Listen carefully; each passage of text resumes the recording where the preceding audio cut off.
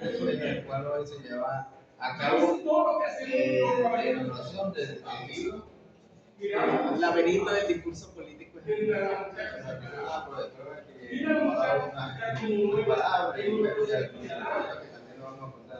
Este libro sobre qué trata, para que dice que se hace un libro, pero no en fin, para que eso. Claro,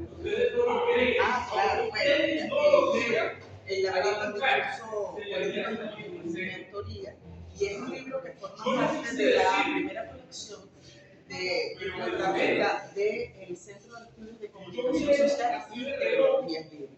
Este discurso producido está desarrollado en virtud de construir una respuesta editorial por parte de la Universidad Bolivariana y del Centro de Estudios en cuanto a cómo conocemos y cómo vemos la comunicación, especialmente el laberinto del discurso político hegemónico. Es una creación donde estamos tratando de construir esta categoría que no existe porque el discurso político per se, la comunicación política per se, pero a partir de las realidades que ha vivido Venezuela, podemos decir que hablamos de un discurso político.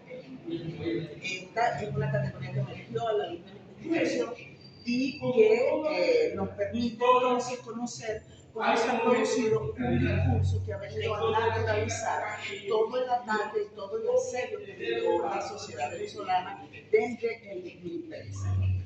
Uno de los resultados más complicados que ha tenido esto del efecto de la guerra económica y de cómo se ha producido este asedio sobre la sociedad venezolana es específicamente como un grupo representativo de la gran diplomacia, de la gran economía, del gran dinero, ha construido toda una narrativa, un hacer, un parecer, un sentido y un significado sobre lo que es Venezuela, sobre lo que es Venezuela para el mundo y lo más lamentable, lo que es Venezuela para nosotros los venezolanos.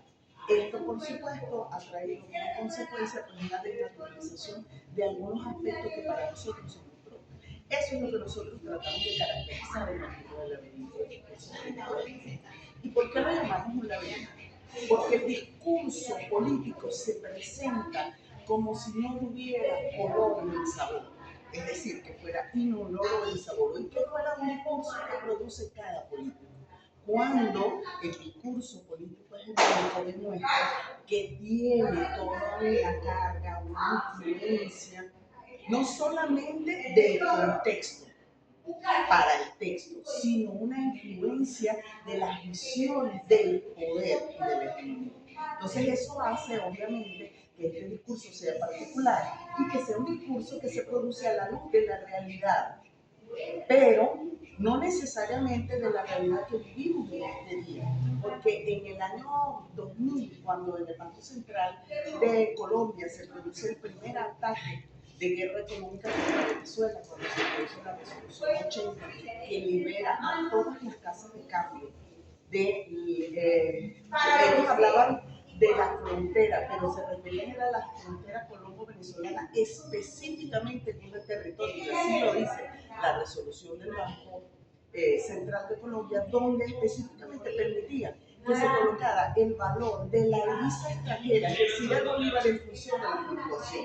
No nos dimos cuenta, no lo entendimos, no lo comprendimos en ese momento. Y entonces vemos un fenómeno en que en Bogotá el Bolívar tenía un valor, pero en Cúcuta, en San Antonio, el Bolívar tenía otro valor. Esto se fue produciendo porque esto no es un fenómeno de un aquí y una ahora, sino que paulatinamente se fue desarrollando, fue arrastrando y al final trajo como consecuencia que el discurso político hegemónico naturalizara la demolición, la pérdida de valor y de sentido de la moneda y de la imagen económica más importante que tiene Venezuela, que es el Bolívar, y además una de las monedas más antiguas de Latinoamérica. Es decir, que el ataque no fue muy sencillo, el ataque fue duro, portentoso, y es el primer ataque que se nacionaliza y que da pie a la guerra económica. Por eso es que la guerra económica contra Venezuela no es desde el 2013. En el 2013, a partir del 2013, vemos las manifestaciones,